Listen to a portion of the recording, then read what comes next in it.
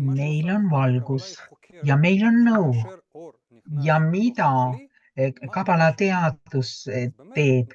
Ta uurib, kuidas see valgus sinna nõusse läheb ja mis selle tulemusena siis juhtuma hakkab.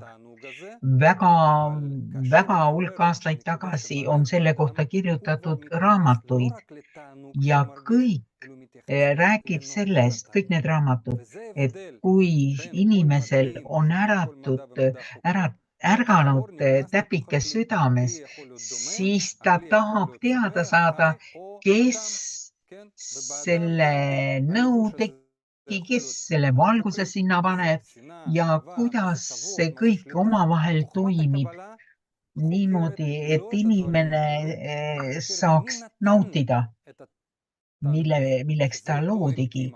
Ja küsimus eelkõige on selles, kes selle naudingu siis mulle annab ometi, et mul on hea olla.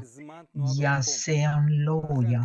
Kabalaseadus seletabki kõike, mis on meie reaalsuse tunnetusest kõrgemal ja see on kõrgem meie seadustest. Ta on juba nagu enne kõike seda, mis meil siin maa peal toimub, juba paika pandud kõrgemates